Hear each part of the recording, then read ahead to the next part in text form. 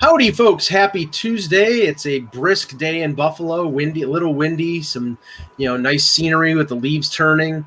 I went out for a walk this morning, Russ. It was so beautiful. It's like 65 here. It's getting nicer here now, actually. We're going to be in the 70s tomorrow. Oh, shut up. Okay, start with the pre-show. I mean, it's not going to last. So let's talk a little baseball.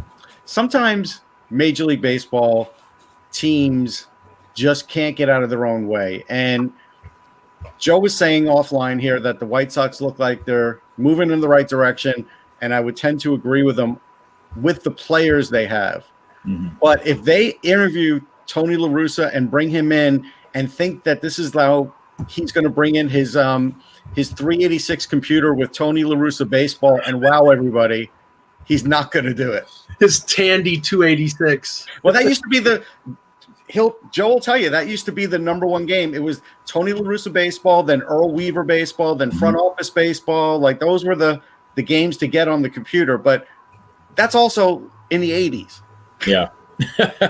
Yeah, I can't imagine Tony La Russa being a good choice to run it to manage a team now. Like it's been a long time since the Bash Brothers, that's is he going to get the same workout instructor, to kind of work with the guys, if you know what I mean? Well, I'm at a loss for that being the choice. It seems everybody's going younger managers now, but I guess you need some kind of stodgy standby to kind of hold it down for everybody around the league. It's apparently Jerry Reinsdorf. I mean, I guess the problem is that Rich Renteria, who was the manager of the Cubs and then became manager of the White Sox, that he had made some questionable decisions in the playoff series against Oakland, so that was the reason he was let go. And with that, I don't know if Reinsdorf is exactly an analytical guy, but there is some talk about AJ Hinch. Somebody in the chat is saying, and if that's the case, he's more of an analytics-driven guy. But Joe, I'll just bring it back to the Yankees. There are a lot of people who are criticizing Aaron Boone, especially for what they did in Game 2 when they went with the opener and then went to J Happ.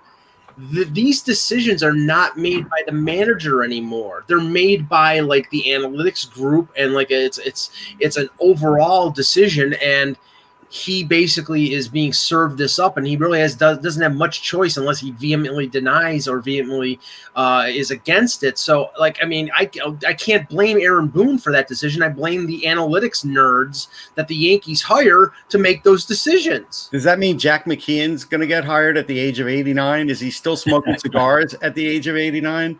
The chat room's funny because they brought up RBI baseball. That was one of the first great baseball video games, though. It was. I loved RBI baseball. That was great because it had the players. Because they had the same exact game was MLB. Right. Straight up Major League Baseball, which had all the teams and it had the player numbers, but it didn't have the names. But it played almost exactly the same way, but it was crap because it didn't have the names because you're just like, yeah. Oh. And that original Nintendo baseball, it got bad because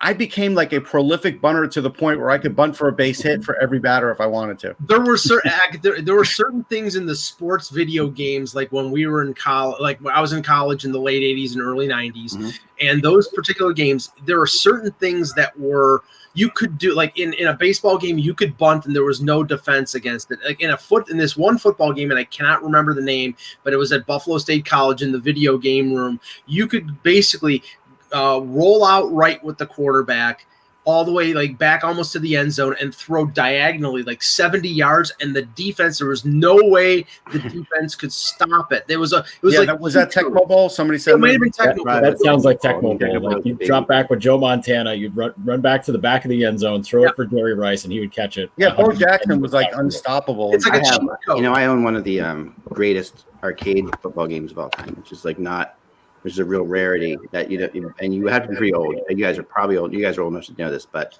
it was the first one put out by Atari, and it had a trackball on it. Remember? Oh yeah, I used to play that in the arcade. There's a table, a table with you would get worn skin after a while playing. Oh yeah. And the crazy thing about that game was that was the invention. Believe it or not, that game is credited with the invention of the trackball itself, which is like I can see it, but you used to have this action going. Oh, yeah. It was like a bowling ball inside of it, basically. Yeah, it was such a big trackball, like a bowling ball. I mean, you would sweat in the arcade. You'd be sweating. Oh yeah, and it's still. I mean, believe me, you're still sweating now. It's still the same. But it's a great game, and Yeah, I mean, it's funny. I don't know what you guys were starting with this discussion, but because Tony La Russa might get hired as a manager in his 80s. But they also brought up Baseball Stars. That was a decent game too. I liked it. Well, there is an NHL tie into this because I'm currently in the process of playing NHL 21 and reviewing it. It comes out 20th or something like that. And there is a special thing that they're doing with NHL 21. I don't know if you guys heard about this or not, but NHL 94, which of course is the big game that everybody plays. Right. That was the biggie. I played an NHL 94 tournament for charity a few years back at a casino, which was a blast. Just a bunch of people getting in, and I was part of that. That was the era that was ruled by Jeremy Roenick. That game was just like crazy. Whoa. Sorry about that. You know me. Got things falling all over the place.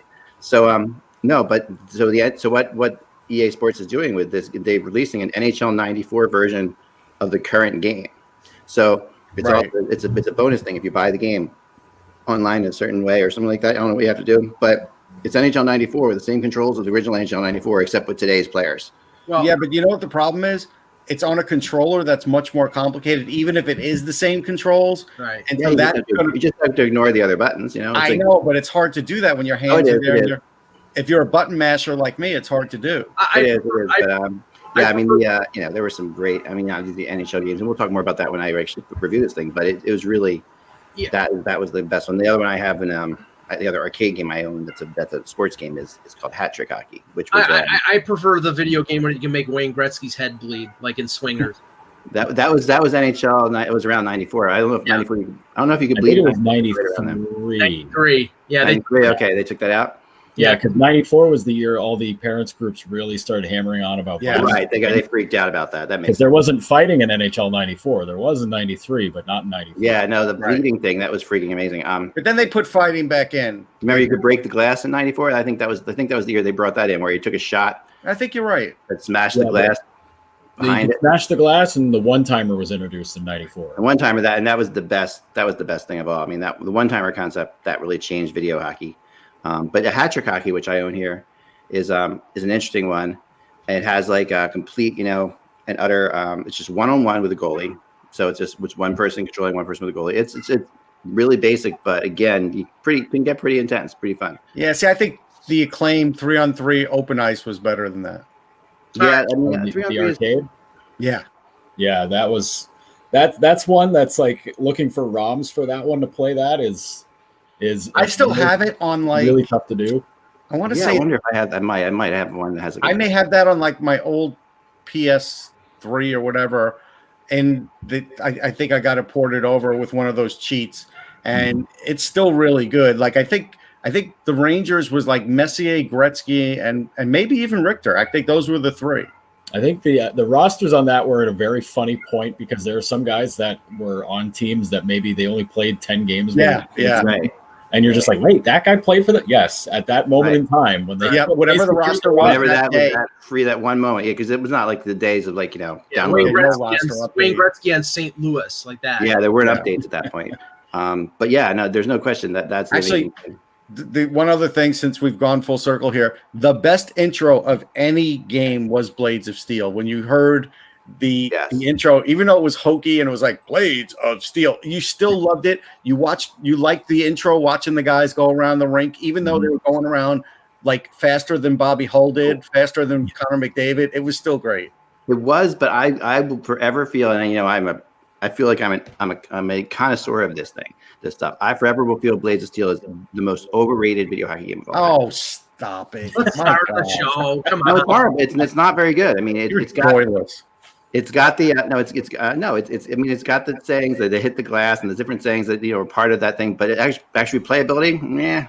But somebody nailed it. El Guapo nailed it in the chat room. One of the best of all time. And I played this one. Start the show. Hold on, El Guapo. You guys can talk about baseball all day long. Electronic hockey games. Let me talk about this. My gosh, I sit here listening to you watch talk about baseball. All right, so El Guapo nailed it in the original Nintendo ice hockey, which is like the fat guy, skinny guy, and middle-sized guy. That game is insanely good. And if you want to go even further than that, the first really good video game on any system was the Intellivision ice hockey, which is like, you played that, Joe? Yeah, I had an Intellivision growing up. That was I had the NHL. I think it was the NHL branded one. Yeah, it was NHL. It was pretty good. I don't know if I don't know which one. I just had the one. I think it was just ice hockey, where you could trip the guys. There was penalties. That was a big thing of that game. No, I never played. My There were friends actually had the penalties. I think it was just 2-on-2, maybe.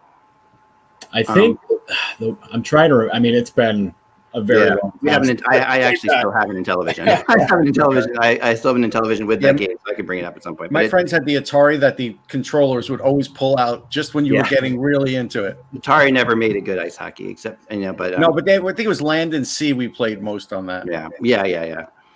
Anyway, that's fun to talk about. I would get more into that when I'm reviewing the game, but let's get into stuff here. Here we go. Let's try this date. We'll try this one. The Hockey World. It's Tuesday, October 13th, 2020. Wow. Michael Lagello. I'm Jan Levine, and I'm a Luddite when it comes to this conversation. Russ Cohen from Sportsology.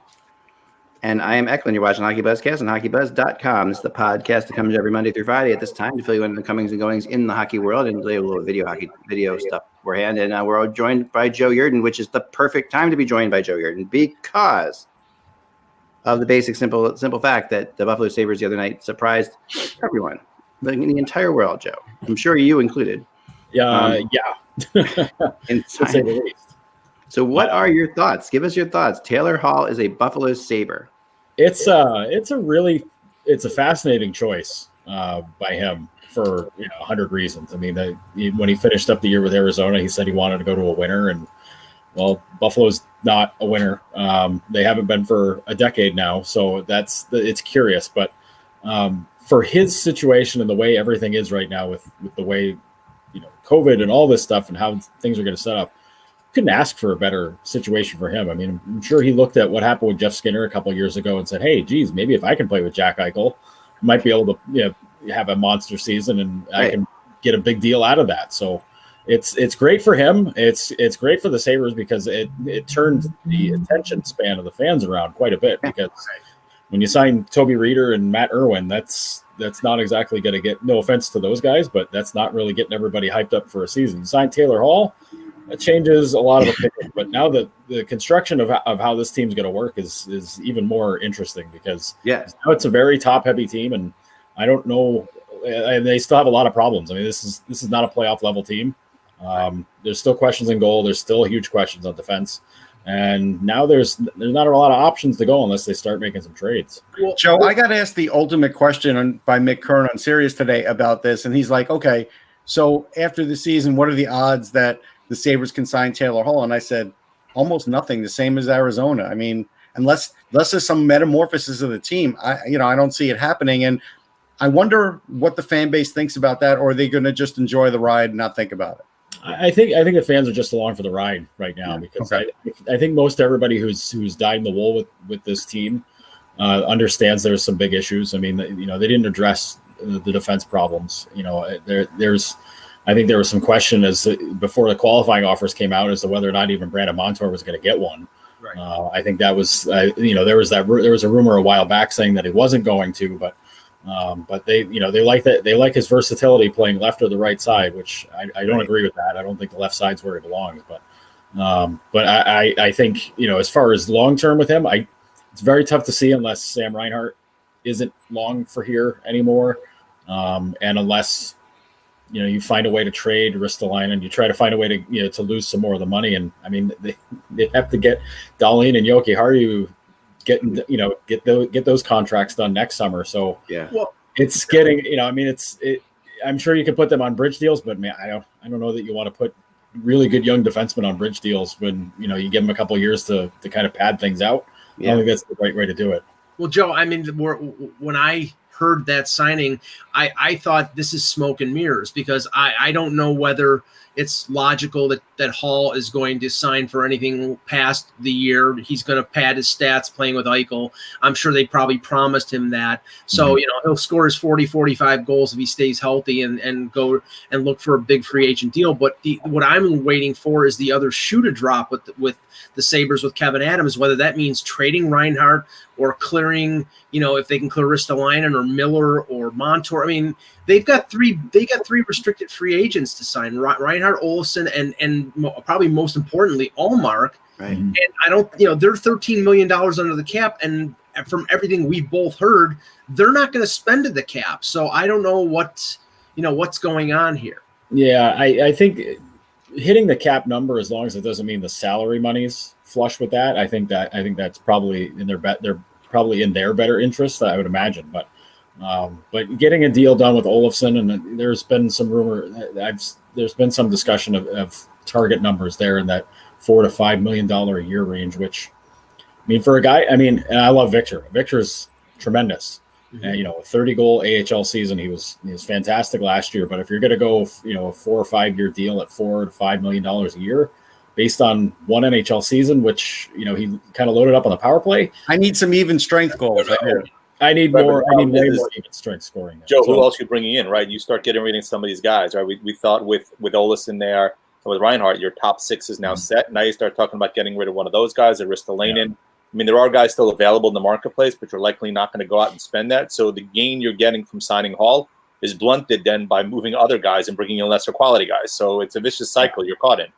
And they're at a tough point because they felt that they addressed their bottom 6 issues by letting Larson go, which I think was a mistake. Yeah. And signing Cody Eakin to the contract that he got, which I think is probably not for the best, and then giving Gergensons $2 million a year for 3 seasons, which, I mean, Zemgus does his job and does it very well, but compared to the way some of these other deals for guys in similar slots went this offseason, I don't know that was all for the best. Yeah. I mean, pay your guys if you like them, and that's fine. But $2 million a year for a guy that's going to be on your 4th line, I mean, that's tough, especially when you got Mapozo already signed up to be on your 4th line, more than likely.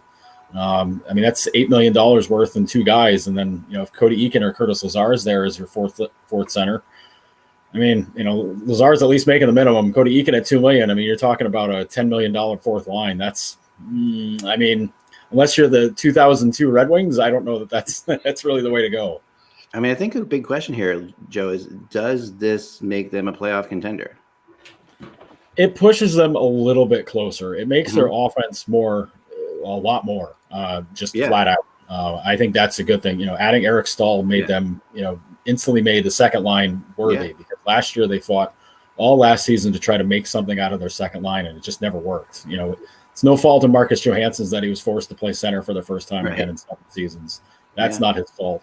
It's the fault of Jason Botterill and to a point Ralph Kruger trying to force things to happen there. But getting Stahl there helps solve that. Maybe you get him reunited with Skinner, get that going again, and then you figure out what you do with the right wing on that side. I mean, it seems like they're not going to get Dominic Cahoon back, but you add Taylor Hall. Maybe you can play around with Olofsson. Maybe you can move Skinner to the right side. There's a lot of things you can do to make those top 2 lines really fun. But now they're kind of lacking in the bottom 6 because you're looking at a 3rd line where I guess right now Cody Eakin's penciled in as your 3rd line center, which I don't know if that's the case. But then you're putting either Olofsson or you're putting Skinner as his left wing, and then the right wing's probably Tage Thompson, who they gave him a very nice second contract there, 3 years, $3 or $4 million. So they're in a spot where there's a lot of things that get figured out. Whereas the bottom of the lineup, I mean, that Larson Gergenson's Pozo line was dynamic for him. I can't see them not playing Skinner with Stahl. I thought one of the main reasons that they would get Stahl was to reinvigorate Skinner because Skinner's probably not going to play on that top line. But what I question now is with all these additions, and if they think he's ready, then obviously he'll play. But now where's the spot for Dylan Cousins? Is Dylan Cousins going to be – I mean, we don't know what the WHL is going to be, if they're going to be playing or not. We don't know if the NHL is going to carry a large taxi squad because we don't know if the AHL is going to play. Where does he fit in now with all the additions that they've made? Well, I think the way it's going to start, given the date the NHL wants to start at, which is January 1st, I think that means the Sabres don't really have to worry about him because I think he can play at World Juniors if I'm not mistaken. If there's a World Juniors, like we're all assuming. Right. So I mean, his Cousins' year starts with Team Canada basically, and that's if the WHL starts on time and all that. I mean, I don't think the NHL and the CHL have an agreement set forth yet that for when they start they can pull guys out of those junior teams to bring them in and say like, hey, it's our camp time now. They can go. I don't know if how that works. I assume it all works as how the NHL wants it to work, and that's how it's going to work. The NHL and those teams have a really weird working, but like somewhat dysfunctional relationship. So it's hard to say. It's hard to say exactly what those teams will give them. Yeah. So, but like the plan before Hall was signed and before all this was going was that Cousins was probably going to start the year as a right wing, which I think is smart. Yeah. Throwing him in as a center, as probably he would have been before they got Stahl. People were thinking that he was going to be the number 2 center, which, right. Maybe he could do it. Which he's certainly capable. He had a fantastic year with Lethbridge, but right. For a first year in the NHL, I don't know that you want to just kind of kick the. Throw him in there without training wheels or at least somebody to learn from. Well, I think that would have been a lot harder. Now it's, if you make him the right wing with Skinner and Stahl, that's great. But then I don't know what you're doing to kind of figure out the rest of your lines there, because adding Hall makes things more difficult on the left side. If Olofsson's now your third line left wing, that is fine. I just hope that he's got a good enough center to work with him. Yeah. All right. Let's talk about the big news of last night. The signing Pietrangelo. Obviously, I think it was not a secret that he was going to end up in Vegas, Joe. But the reaction to that was the trade of Nate Schmidt to Vancouver for a 3rd-round pick. And I think Jim Benning has got to be doing huzzas and handsprings because he gets a pretty good defenseman after losing Chris Tanev. With a less than $6 million salary. I like Pietrangelo, and I think he's a really good defenseman, and I think that's a plus for Vegas. But I thought the need there was to add him along with Schmidt and Theodore, and now they had to trade Schmidt to add him. I think he's better than Schmidt, but now I think their defense is slightly better and not great. Yeah, I think Vegas is at a spot where I think their biggest issue, and we saw it in the playoff, was that they needed more finish. Yeah, they needed some guys that could really score the goal, because the biggest issue that they had in the playoffs was they didn't have anybody that really wanted to go at the net. They didn't really have anybody that drove, that forced the issue on the goaltenders and the defense to actually make some hard plays. They really settled from the outside. And a guy like Pietrangelo, I don't see how that changes that any. He's a great defenseman. He plays an outstanding game. He's great. You can't say anything more about a guy like that. But I don't think it really addresses the problem that they had there. I look at some of the improvements some of the other teams in the West made, especially Colorado. I think Colorado is an even bigger handful now for Vegas to deal with, because unless some of their forwards start pushing the game. For Vancouver to get Schmidt, though, they had to make a move. They got plucked apart here in free agency. All these guys just took off. Yeah. Lose Tanev, they lose Toffoli, they lose all these guys. And suddenly their defense was looking a little bit sketchy after, especially after Tanev leaves, because then you're looking at, if they didn't address it, you're looking at probably Olli Juolevi maybe getting forced into the show to be like, all right, buddy, it's your time now. Let's go. So you add Schmidt, that softens the blow a bit. Vancouver doesn't look as interesting scoring wise, but I think Vancouver to me reminds me a little bit of Buffalo, but in a much better position, because they've got a better tactical coach. They've got a little bit more talent up front. Bo Horvat's been outstanding, but for Vancouver, they needed something. I think Vancouver and really Philly were kind of in the same spot, and I'm sure that they were both in the running after Schmidt. Yeah. To try to get him out of Vegas, but Vancouver had to do something. Thank you for bringing up Philadelphia, because Russ and I, when that signing went down, and Russ, I'm going to let you go on this. Well, actually, let me talk about Schmidt first. Okay, go ahead.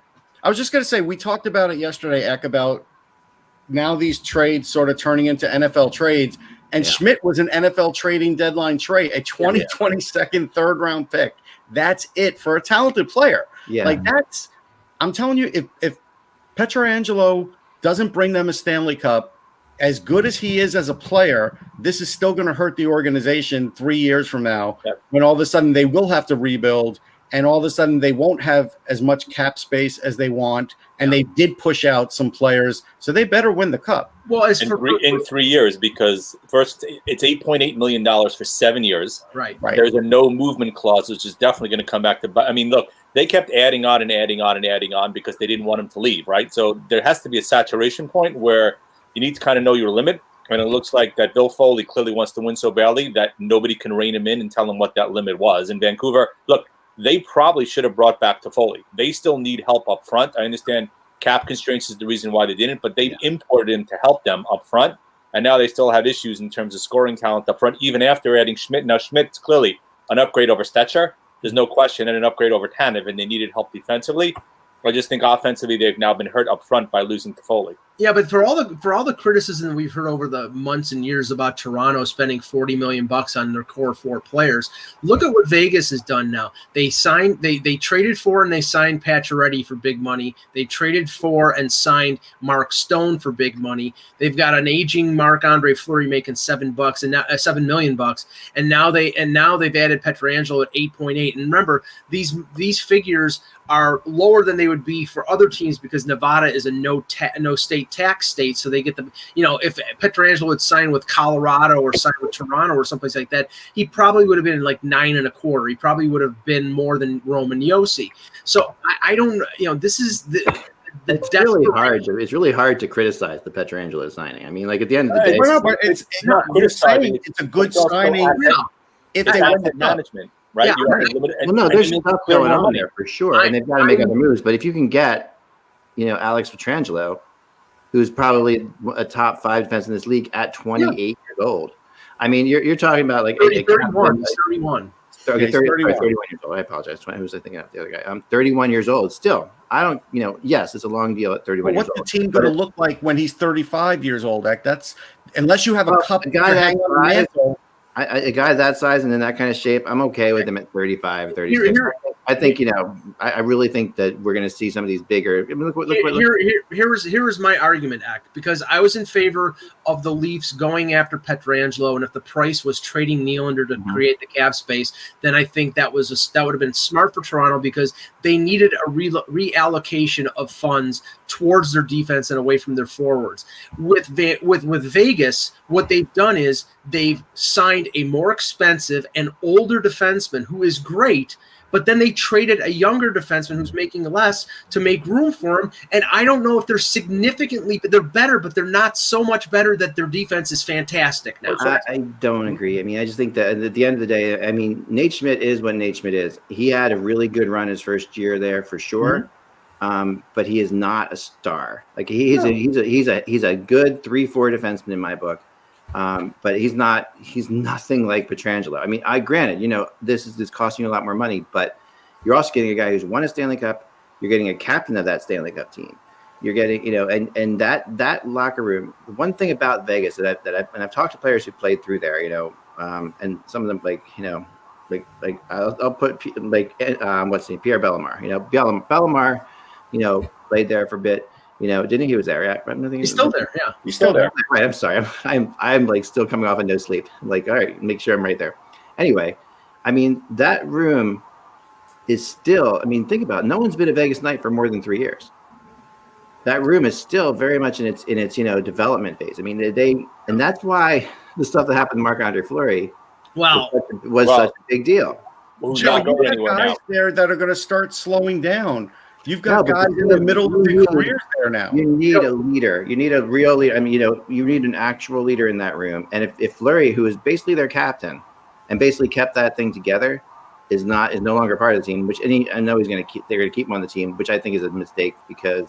Well, Joe, I don't know how anybody had a straight face when Kelly McCrimmon said, we're going to keep Marc-Andre Fleury. And then the story comes out. He's in Colorado now, guys. I was losing my mind. Yeah, he was in Vegas before. I'm sorry. That's right. Yeah. I knew that. You're right. You're not losing your mind. But Joe, it's like, I mean, the reason that they're keeping Marc-Andre Fleury right now is not because Robin Leonard had shoulder surgery. It's because everybody wanted a first and a second and then to retain 33% of the salary. They can't move them. That's why they're keeping them. And that brings up questions. No, let Joe. It's a really hard position to be in because, I mean, they're both starter level, or at least in Fleury's case, he's got the legacy for it. So, I memean, you can't just be disrespectful to him, especially after how things were handled on Twitter about him getting benched. I mean, it's a very dicey way to go about it. But teams know that Vegas had had their backs up against the salary wall with this. And if you're going in asking for a first and a second, just to say like, hey, listen, we'll help you out, but you gotta pay. I mean, that's the way every team should approach it. I mean, it's either you're asking for a first and a second, or you're asking for a second and Cody Glass, like, I mean, look at the age. I mean, Vegas shouldn't want to do that, but I mean, if you put yourself in a corner, Truman screwed this up big time. You said the locker room is young. Don't get You said the franchise is young, but I'm looking at the age, and last year they started off at 28.4, and Nashville was the oldest at 28.7. They better have the right 30-year-olds. They're not a young team. But also the thing about Fleury is, and in that marketplace, people just forget. I mean, I remember watching the Penguins win the Stanley Cup with Marc-Andre Fleury, and then very, very quickly after that, Marc-Andre Fleury, wearing the Vegas Golden Knights, jersey, and like sitting there, and I mean, he was on the bench for that Penguins victory, granted, but he's still, he went to Vegas on a huge gamble. Like we think of Vegas as Vegas now, but Fleury going to Vegas was not that was a big friggin' gamble. Like he went there, accepted it. He didn't have much choice, Zach. The contract extension didn't hurt either. Right. Contract extension didn't hurt, right? So a couple of things. So first of all, Vegas to a certain extent gets a little lucky here, right? So granted, they have to keep Fleury. If you want to argue it's because of the cost, they also need to have a hedge in case Leonard's injury recovery takes longer than expected. They have a top goalie B. The longer they hold on to him, the more they reduce the price, because honestly, you don't have to hold the guy for 2 years. If you acquire him, you may be looking at a year and a half. Or if they hold him all year, they may be looking at a year. The deal that's come back to haunt them, as Mike said, is the Pacioretty deal. You put Suzuki and Tatar on this team as opposed to Pacioretty, I'll tell you, you're a heck of a lot better team, especially seeing what Suzuki did last year. That's the deal that really came back to bite them compared to every other deal. You can argue the Stone deal. That's the one deal that, honestly, you have those two guys. I think they probably get to the Cup Finals last year. No, I have to bring this one up because Russ and I, as soon as it was announced yesterday, I had a giggle because the Eric Gustafson signing with the Flyers. Okay, Eric Gustafson is a power play quarterback. He had an amazing year a couple years ago with the Blackhawks, 60 points. The Blackhawks, he was on a he was a restricted free agent. He took a 1-year deal at like $925. He didn't put up the offensive numbers that he did the previous year. He got traded to Calgary, and he's a UFA. He's a one-dimensional third pairing first power play defenseman, and Chuck Fletcher signs him for $3 million. Why not spend the extra $750,000 and get Tyson Barrie?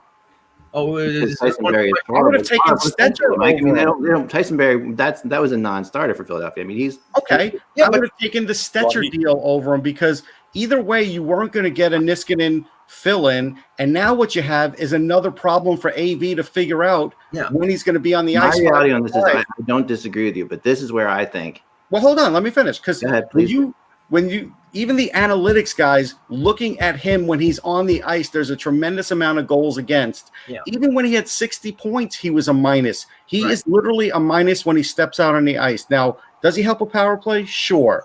But again, Philly's got enough of those guys where you put up a point on the power play or something, and then all of a sudden they give it right back. And maybe they'll get rid of Gostisbehere, but is he that much better than Gostisbehere? A little. Yeah, the only thing I think he's right. Well, I think he's right-handed, and Gostisbehere isn't. But Joe, this is another defenseman that Alain Vigneault has got to hide.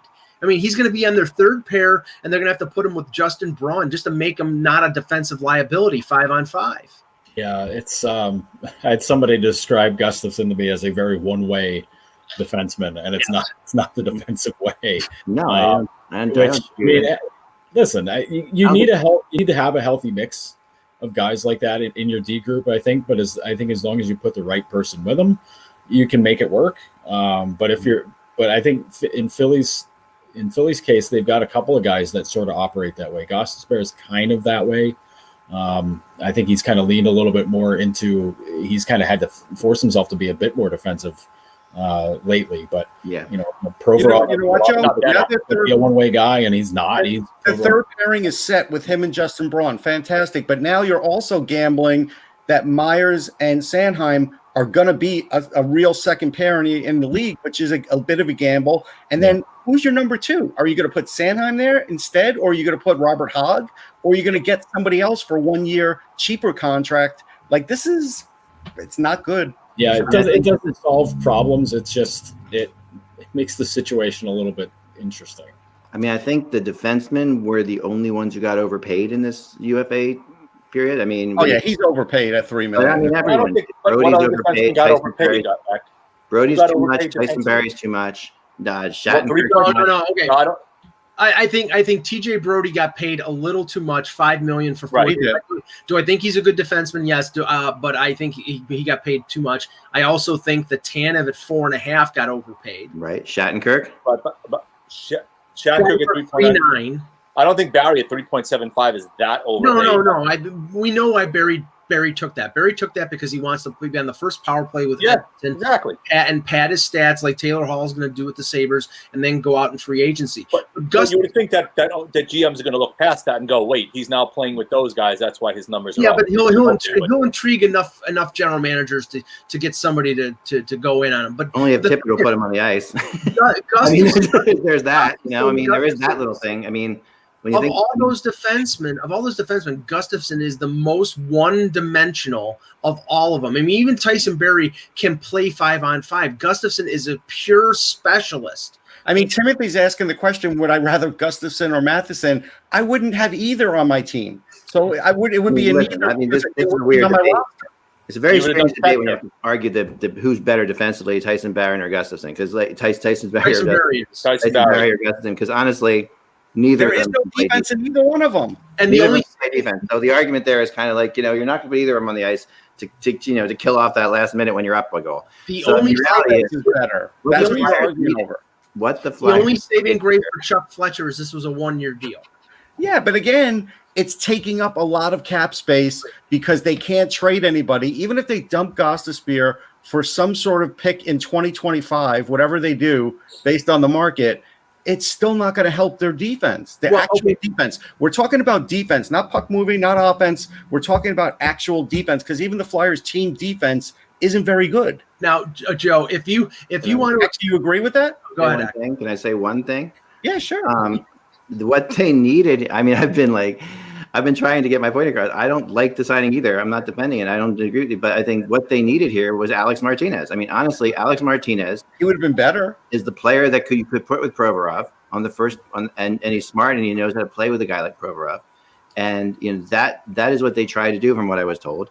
And the reality is, if Nate Schmidt hadn't gotten done or they couldn't get anyone to take Nate Schmidt, it may have happened, but it still wasn't enough money to clear out for what Vegas needed. Martinez. Well, what I'm going to ask you, Eck, is what are they doing with Gostisbehere now? Because now they put themselves in a position where everybody knows that they want to trade him, which I mean, can they give him away like Vegas gave away Nate Schmidt?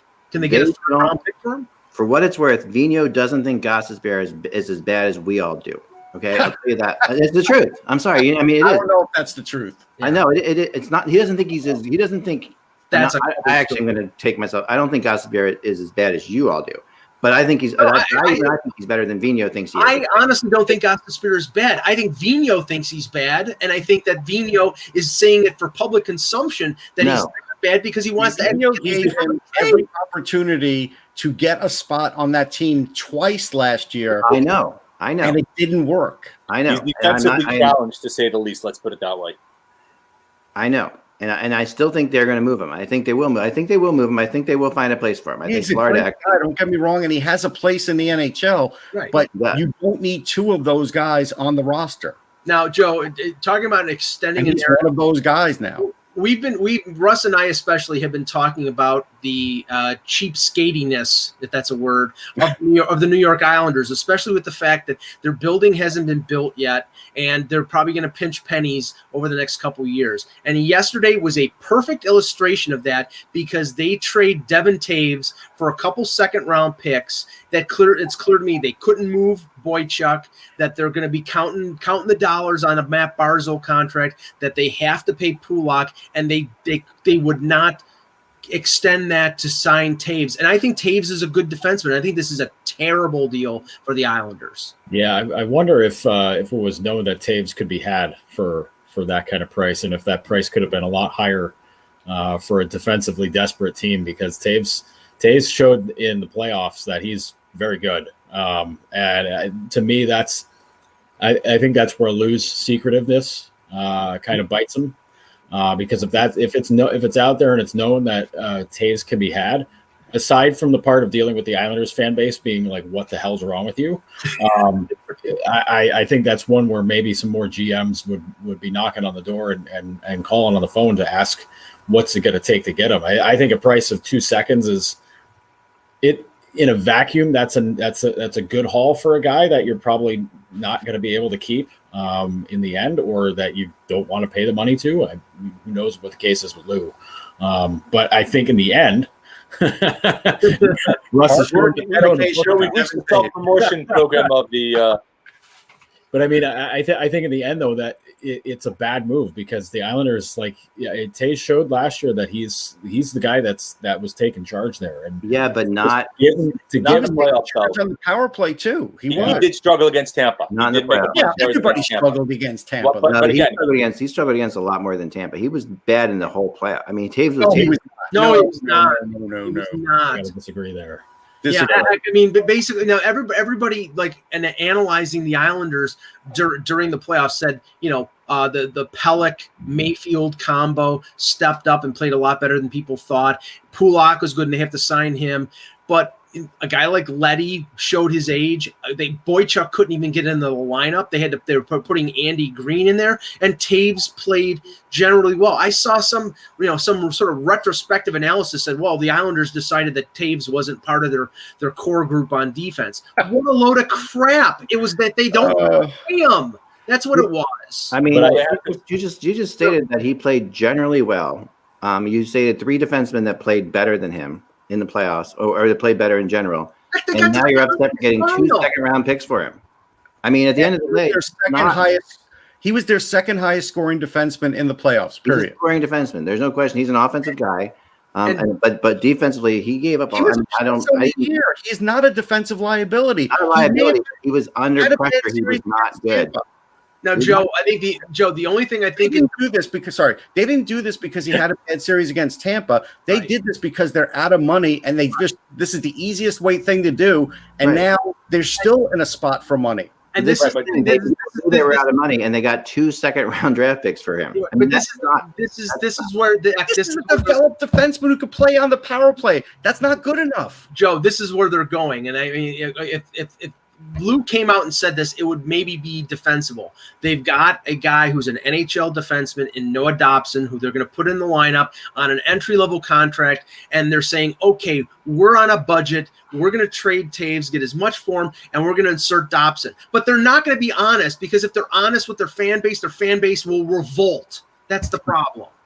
Well, I look at this. I'm looking at it more on the side of Colorado, where they get rid of a guy like Zadorov, who is in and out of the lineup, and his strengths are being physical and just being being a classic nasty sort of defenseman.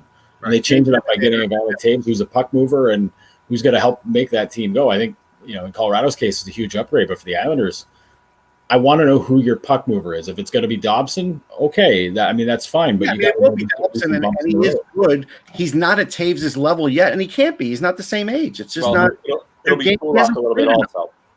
It'll be Pulock. I mean, again, look, all the Islander fans that I spoke to are not happy. They understood the deal because, look, they're going to move Boychuk and probably have to give up a significant asset to do it. You also still need to re-sign Barzal, and you need to re-sign Pulock, and you need to create cap space in order to be able to do that. And look, getting them 2 twos wasn't great. Look, Colorado, Ian Cole's going to be gone after a year, and then one of Bynum or Timmins will end up being slotted into the lineup there.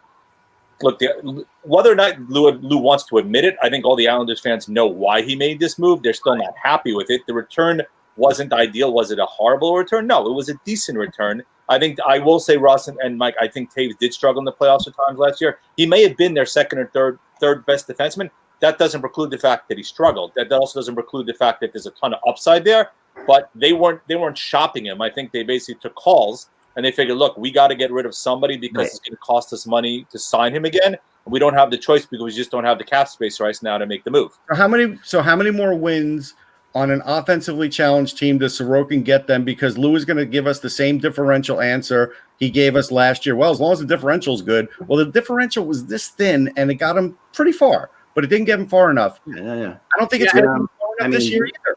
And remember this, guys. Remember what Nate Schmidt. They Vegas had to move Nate Schmidt. Nate Schmidt's probably their third best defenseman, maybe their second best defenseman. Even they moved him out, put Pietrangelo on there, and say he's the third. They brought in a big player. The Islanders have brought. They don't have as many good defensemen as the Islanders have. Okay, so they've got. But they brought in a player in Pietrangelo. But they moved Nate Schmidt for what? Who's better on the Islanders? I think the best. I'm going to sit there and judge these defensemen. I would say the best defenseman is Shea Theodore is better than anybody on the Islanders. Right. But I would say after that, I think you have like 2 or 3 Islanders defensemen that are as good as Nate Schmidt. But now you brought in Pietrangelo. What was that? You brought in Pietrangelo. So you have 2 good defensemen there. You have 2 solid defensemen there, and they moved Nate Schmidt for what? A 3rd round draft pick. Nate Schmidt is Nate Schmidt as good as Devon Toews? No, but he's not. Also making $5.95 million a year for 5 more years. I know. That's the difference. And Nate Schmidt is further in his career than Devon Toews has played a year and a half. So, right. I get that. I have a lot more for Devon Toews than you got for Nate Schmidt. A lot more, right? I have to tip my hat to Joe Sakic because look at right now they have Johnson, they have Girard, they have Ian Cole, Graves, Makar, and Toews. Waiting in the wings, they have Connor Timmins, they have Dennis Gilbert, who they just got from Chicago, and they have Bowen Byram. They are friggin' loaded on the blue line. Yeah, but just give me an upgrade for the Islanders other than in net. We're assuming that's an upgrade, and that's fine. Where else have they upgraded? Nowhere. No, because they're under the gun because they've got a sign bars. Well, then that's a bad job by Lou. Well, you don't like AJ Greer? Come on. I liked him in college. I like AJ Greer in college. I can't wait to hear the arbitration hearing for Josh Hosang. There won't be a hearing. He's already making records and playing in the KHL. So, well, Joe, I wanted to ask you this because I refer to them as the Toronto Maple Sabres. Because all of a sudden the Leafs in free agency signed 3 ex-Sabres. Now, for people attacking this, the Sabres paid Bogosian, Simmons. Simmons had 50% of his salary retained by the Devils. So, but I'll include the full amount of Simmons' contract. And Jimmy Vesey, they paid them $12 million last season, or that was their cap hit, and the Leafs are paying them 2.5. The roles of these players in Toronto are going to be vastly different than they were with the Sabres.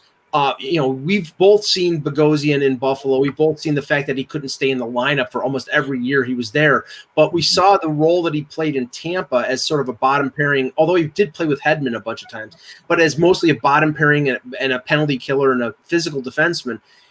I think that's the expectation of what he's going to be with the Leafs. I think Simmons, they brought him in for physicality, and VC, I think, is going to be a third-line guy.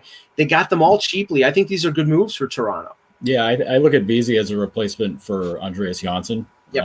I think that's the best role for him. And Vesey, when he came to Buffalo, a lot of people thought he was going to be a huge defensive liability. It turns out that's not really the case. It's just that the Rangers system was very much like, damn the Torpedoes, we're gonna try to score a ton of goals. Right. But in Vesey's case, he turned out to be a kind of valuable penalty kill guy. Can play very well down in the lineup, and honestly, with you got Matthews and Tavares already, top 1 and 2, your top 1 and 2 centers. Vesey with anybody down below, in the bottom 6, he'll be fine. I think the same is the case for Simmons. Simmons, it's a hometown deal for him, so I completely understand why he wanted to go to Toronto. He gets to be closer to his dog. He gets to stay close to his dog, so that's a huge thing for him. And in Bogosian's case, I know Zach, he's probably already has those games against the Sabres already circled, ready to go. Yeah, and he's going to be ready to skate through the walls when he plays against the Sabres, because I'm sure he's going to be very eager to try to get back at him, because I'm sure he felt like he was mistreated at the end of his run there. I mean, when you ask for a trade and then you end up getting waived and he decides to not go, that's usually the way that those things go. But I think in Zach's case, he's happy. He got the playoff, ape off his back. He got a Stanley Cup out of it. he's feeling good. He's doing good. So the rest of his career now is cream cheese. It's just a matter of staying healthy enough to play with the kids and maybe win another cup or two somewhere. Yeah, I don't know how much better the Leafs team defense is, though. I get Bogosian will have some good shifts for him. He can't play a lot. I get that they got a little greasier. That's fine. And VC is a help. But I still don't know how much better their team defense is, which is still their number one problem. They really haven't addressed it. They didn't address it. I think they did address it. I think, but I mean, we don't know what the combinations are going to be. I think VC's going to, I was telling Russ this before, VC was line mates with Alex Kerfoot at Harvard. Mm-hmm. I have a feeling that it'll be VC playing on the third line with him and maybe Simmons. I'm not sure whether Simmons plugs in as a third or fourth liner. Okay, there are rumors out there. There have been rumors about Joe Thornton the last couple months. I don't know whether Joe Thornton to Toronto playing a fourth line with Jason Spezza makes them any better defensively, really, but him coming on a league minimum deal. Yeah. But there's been talk about Joe Thornton coming to Toronto since 2017. Beware of when he actually gets there at this age. I spent like you guys know, I did a whole day with Thornton one time to interview him. It was really interesting, and I talked to him about teams he would eventually want to play with, like off the record. And he always said he wanted to play with Toronto or Detroit. Like he pretty much grew up right between them. He said, and either one would be a lot of fun. He's from London, so yeah. I think he had a chance. I think he's had with Joe Thornton. What was that? I did an NHL 2K commercial with Joe Thornton. That's right. Me and Joe Thornton, same commercial. That's really funny. Yeah. So he and I just think what's interesting about this, okay, is we sit there and say, yeah, they're playing different roles here than they played in Buffalo, which is true, but they're getting paid less than they got in Buffalo, but are they playing different roles? I mean, yes. Bogosian, what was Bogosian in Buffalo? He was like Bogosian was a top four defenseman. Okay, he played with Dahlin for a time. But was benched a lot too, right? So. No, he was hurt a lot. So he's hurt a lot. I'm sorry, I apologize. And they got two guys who wanted to come to Toronto at reasonable contracts. So you think odds where it makes sense to use. VC was fine in New York, just he's not a second liner. He's a third liner. Right. And the expectations of him being a 20-plus goal scorer is probably not wise. He's 15 to 18, and he can fill a third line role for them like Johnson. Okay, so let's say he's a third liner in New York. He's a third liner in Toronto. Let's say Bogosian's a top four in Buffalo. He's a top four in Toronto. No, third pair. He's a third pair in Toronto. Okay, so he's playing a little bit less in Toronto. There you go. And then and Simmons is a third liner in both places, maybe fourth liner. Or fourth, maybe. Simmons was a top six in New Jersey. They paid him $5 million. Buffalo. And Buffalo, he was a third or fourth liner. I think in Toronto, he's a third or fourth liner. So to me, what the Leafs are doing is they're getting the same players in basically the same positions for a lot less money. But is it a good idea to take these players who? No, you're missing the expectations on these guys is a lot lower based upon the usage patterns, and you've also had a TJ Brody that's going to play there, and you also have the top six. You don't need to depend on these guys to score. Go ahead. It's the same usage pattern, right? I mean, no. Bogosian, we're saying is the top six. The other guys are still third line for Bogosian, third pairing. Right. Third pairing, got it. Okay, but is building two Sabres from last year what you want to do? Like I mean, two guys that were. Bogosian didn't seem to have a problem in Tampa Bay, did he? Right. Zach Bogosian was everything. Zach Bogosian was an ex-Sabre, and he won the Stanley Cup, and he played on. He played really well in Tampa, and he's still got skill. There's no two ways about it. He's a skilled player. When he's playing with skilled players, he's not playing with skilled players on the Leafs on the defensive end. If he's playing on the bottom pairing, we'll get off the Leaf page here in a second. If he's playing on the bottom pairing, he's either playing with Travis Dermott or he's playing with a rookie like Rasmus Sandin, and he's providing them with protection. So Rasmus Sandin is a skilled player. He's just a young player, and if you play him with a veteran like Bogosian and you're playing him 12 or 13 minutes a night, then Bogosian's going to protect them physically, and Bogosian's going to be a penalty killer. For the Leafs, along with probably somebody like Jake Muzzin. So I mean, he's a role player. In Buffalo, he was expected because he came in the Evander Kane deal and he was traded for Tyler Myers. They expected him to be a top four defenseman. But at the end of the day, he really wasn't. I mean, and now he knows his role. Now he knows his role. So but that's fine. I'm just saying that I'm not criticizing these. I'm saying they got the same players for less money than they were, and less. So I'm saying makes sense to anybody on this panel at all? No one. I just think that if you're going to build a better team.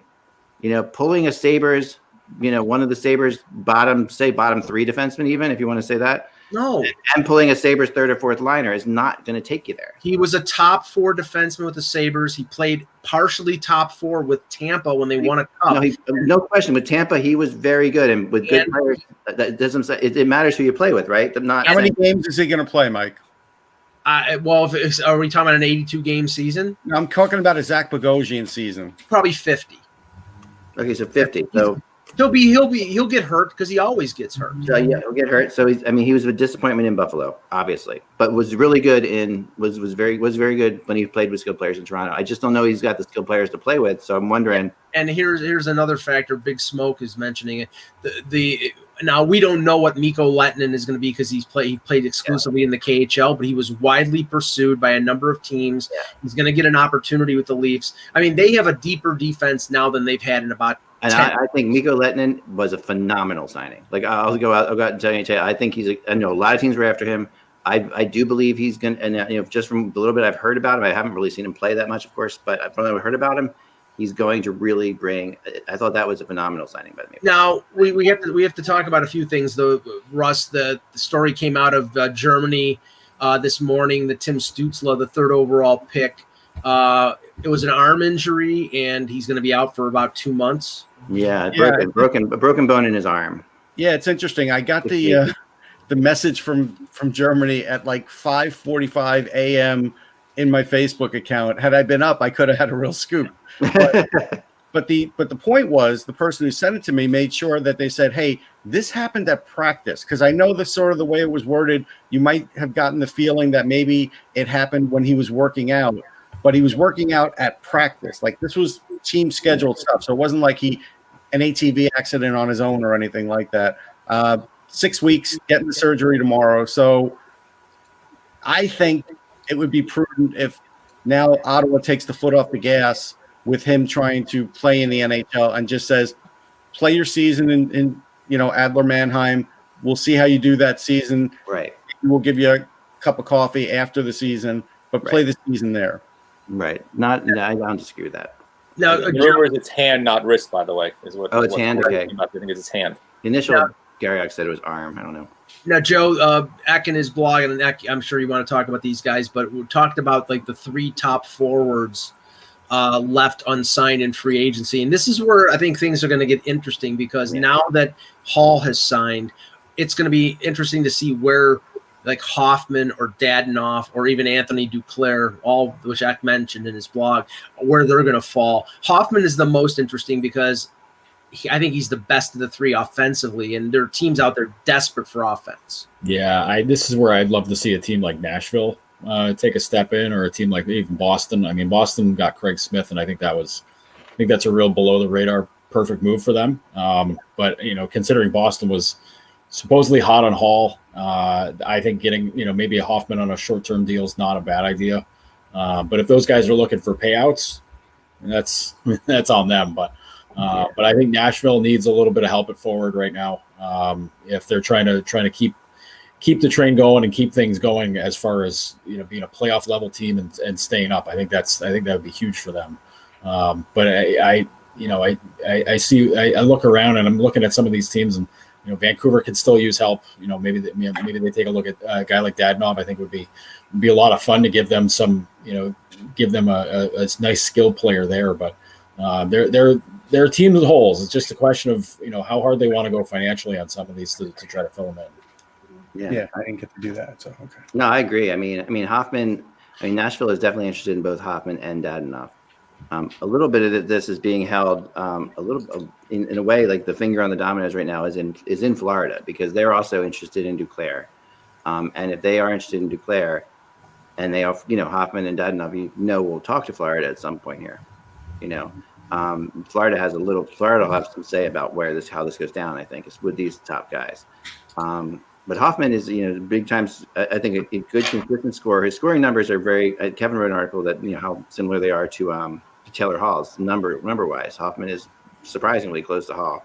Not the same kind of player all around the ice, and Hall brings a totally different game. But Hall's numbers were depressed by the fact that, look at the centers that he played with in New Jersey and Arizona. Not exactly. For sure. No question about it. But Hoffman has put up half decent numbers, and he hasn't played with the greatest things either in Florida. So, he's put up pretty strong numbers there. So as this plays out, I think that, Hoffman, Nashville, Columbus is another team to look at with Hoffman. They could use scoring a power play guy like that would be good for Columbus too. That's a big one. Duclair is a tough one because he wants $5 million a year for 2 years. He's representing himself, which is never a great idea. And that to me is an issue. I know Florida has talked to him and they have interest in him. I know.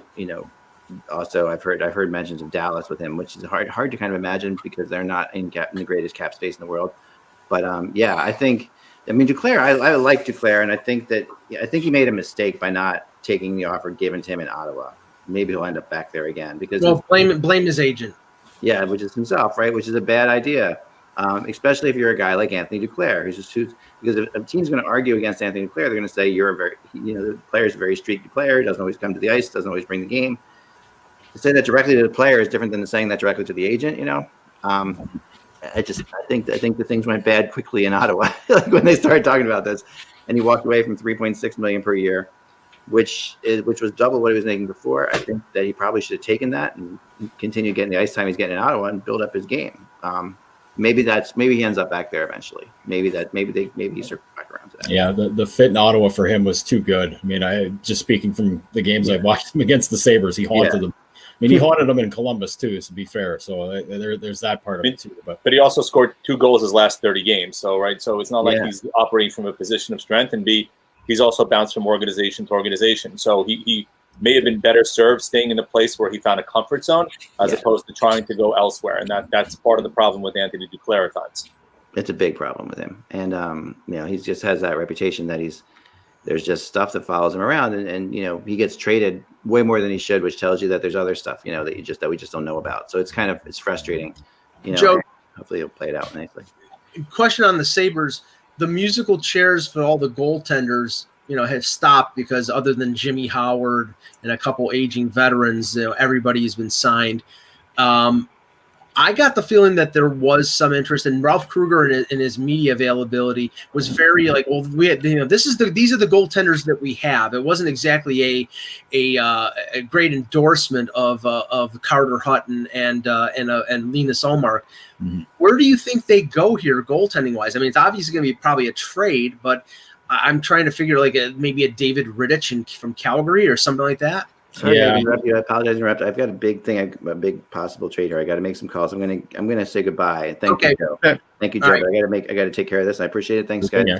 Somebody did ask, and Jan and I can answer the Ranger question about D'Angelo. Rangers don't like to go to arbitration, so they'll make an offer to him before then, or trade him before then. Before that date comes up, they rarely ever hit arbitration. But I don't think he's going to get $5 million a year. Well, I think he's going to ask for it. He's going to ask for it, but he won't get it. Joe, on the Sabres. Yeah, and on goaltending, I think the Fleury thing was something where maybe they might have kicked around because let's face it, they need draft picks. They need a pile of draft picks. The fact that they got rid of one to move up. Hey, whatever. They got their guy in Peterka, so that's fine. But they need picks, and I think if Vegas was willing to throw in a first and a second for Fleury to take him off their hands, I think that's something they would have looked into. But I think Fleury's cost is probably too much, even if Vegas eats some of that money. I think that's an issue. But Calgary, I think Rittich. I'm sure Rittich's not very happy that they signed Markstrom. I think Rittich played really well last year, and he kind of took the job away from Cam Talbot. So if I was him, I'd be a little bit frustrated by that. At least in Buffalo, it'd be a situation where it'd be very similar to Calgary, where if he catches a heater and he gets hot, and he could take the job for as long as he's got it, as long as he plays well. But the options are not great around the league. Joe, I have one idea. Carolina's another team that needs goaltending help too, and they haven't done anything to address it. So I have one idea, Joe. What if you invite Craig Anderson in camp, see what he's got? Because he is the guy that gets hot. That. I think Anderson's still got a lot. Well, not a lot. He's proven it, but I think he's still got a lot of game to him. And that's another dude that just does his job and he does it really well. So Plus, from beating Buffalo, 3-4 times a year too. I mean, they might be able to get him on probably less than $2 million on a 1-year deal. I think that what stops him there is that I think there's, and it's gut feeling is that I think there's some guilt for how things went with Carter Hutton last year with how he struggled, but also, the vision correction, issue that he had taken care of in the offseason where, if he was having issues being able to see the puck clearly and they didn't do anything about it, then, I mean, come on. Get it taken care of. But he's got it addressed, but I wonder if they feel that they owe it to him a little bit to kind of prove himself instead of just being like, all right, buddy, hit the bricks, see you later. But it's a bit of an issue. Obviously, the contract stuff with Allmark, I mean, he can't demand a ton. He played very well at 5 and 5. 5 and 5 numbers last year was like top 10 in the league. I know there's still some questions about how difficult a lot of those saves were, and Ralph's system does make it a little bit easier on the goaltenders. Let's face it, they're not as busy, but the problem was last year a lot of the high quality attempts wound up going in. Yeah, particularly against Hutton and especially on the penalty kill. I mean, their penalty kill was horrible last year. So, Joe, can you make any sense of Mike Smith signing? No, absolutely. Like, I get it. Chiarelli kind of hung it all around their neck with that Koskinen contract. Like that makes things tough. Apparently Hitchcock was all in on it too. Yeah, but like Smith was the guy that they went to in the playoffs or, in the playing round. And that's the guy they decided they were going to put their faith into. And I wonder how hard they went after some of the other guys that were out there. I imagine Braden Holtby was probably on their short list. At least that seemed to make some sense, but I understand why he went to Vancouver and why Vancouver wanted Holtby. I mean, he's a good guiding hand, and if he gets hot, he can give Demko a break, so that's fine. But in Edmonton, geez, I mean, I think the situation is if Holtby goes to Edmonton, he's being counted on as the number one guy. Right. That is tricky because he wasn't. He kind of lost his job in Washington. Basically, the year they won the cup. I mean, he got hot in the playoffs, so good for him.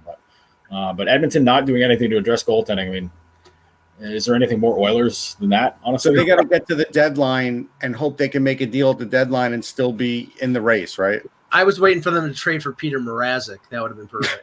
Plus, also they don't have. They're also probably not going to have Clefbaum most of the year, is what it sounds like. Also, right? So. Yeah. Well, I mean, the thing with Edmonton that always gets me is that their problems are always very obvious to address, and they never really quite address them. They do, it's either a Band-Aid patch or somebody that doesn't really help at a position that they need. Like they go out and get Smith, and it was just like, okay, that's nice, but I don't know if he's your guy. I mean, Mike Smith's a goalie. He's a goalie. 8 years ago now. They swung and missed on Markstrom, and that was their fallback, and their fallback is never good. All right. Wow. Great show, guys. We will be back tomorrow with another edition of the Hockey Buzzcast for our guest Joe Yerdon, for Eklund, for Jan Levine, for Russ Cohen. I'm Michael Agello. Thank you for watching. And remember, without the buzz, it's